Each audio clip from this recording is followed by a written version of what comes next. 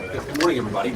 Obviously, I'm here to talk about my friend Bridge Colby. I think he'll make a great policy lead at the Department of Defense. That's why the president nominated him. And I just wanted to be here to give a word of encouragement, a word of approval, and just lend my reputation to Bridge's confirmation, because I think he's a really important person for us to have at the Department of Defense. We have gone for too long letting our industrial base get degraded, allowing our troops to not even have the munitions that they need to fight the wars of the future. President Trump really believes in peace through strength, but a core part of peace through strength is ensuring that our troops have the weapons that they need in order to fight the next war, if God forbid it necessarily comes. So Bridge is an important part of that defense policy. I think the Senate will confirm him, and I'm glad to be here and speak on his behalf. Happy to take a few questions if you guys have them. Does possibly aid for Ukraine leave Ukraine vulnerable right now to give Russia an advantage? Look, what the president has said very clearly about our Ukraine policy is that he wants the Ukrainians to come to the negotiating table.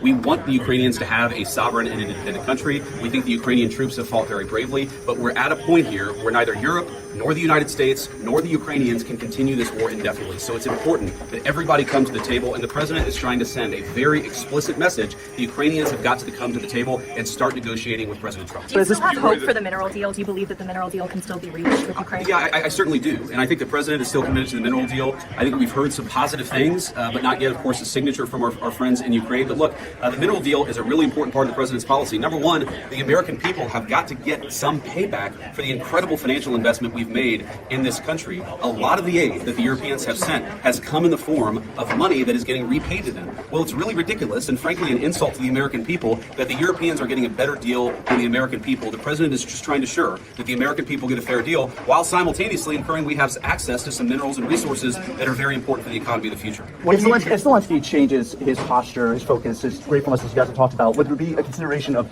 bringing the aid back on, or is that an indefinite pause, a long-term pause? Do you see it? No, look, the president has been very clear. He wants the Ukrainians to come to the negotiating table. I think when the Ukrainians come to the negotiating table, everything is on the table.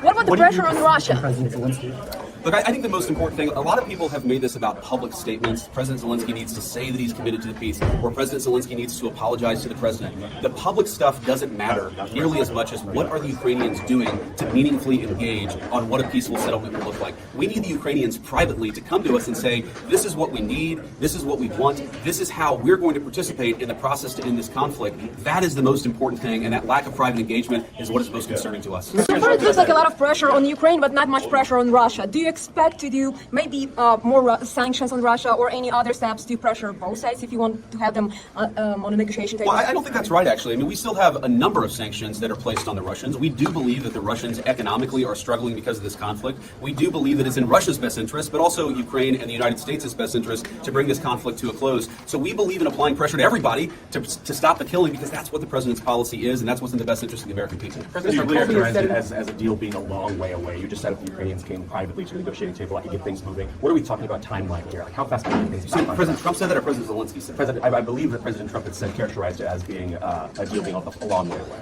So I know that President Zelensky said that, but what I think the president has said is that we can make a deal.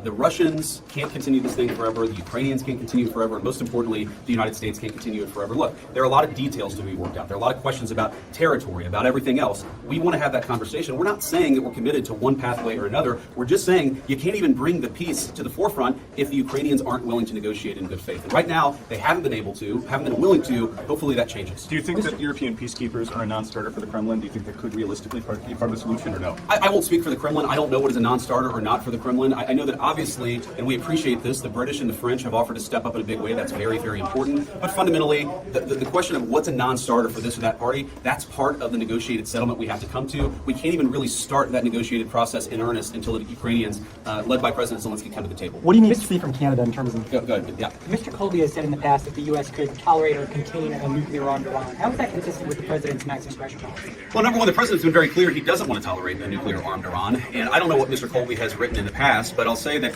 every single person that we nominate to a position is going to have at least one thing that they disagree with the president about. That's okay, but the president's policy is extremely clear. We cannot tolerate nuclear proliferation, especially in Iran. That will be the policy of the administration. It has been, and it was during the first Trump administration. administration. What do you need to see from Canada to roll back these tariffs? Look, the president's going to have conversations with the Canadians. We need to see real engagement on the fentanyl issue, on the drug issue. That is fundamentally the underlying element of these tariffs, is we think the Canadians have not been serious about stopping the drug trade. Now, people will sometimes say, well, if you look at the numbers, the Mexicans send way more fentanyl into the United States than the Canadians do. The Canadians have allowed a lot of fentanyl to come into the country. It's not a defense to say more has come from Mexico, because way too much has come from Mexico, too. Great. Thank you all. Thank you. Thank you.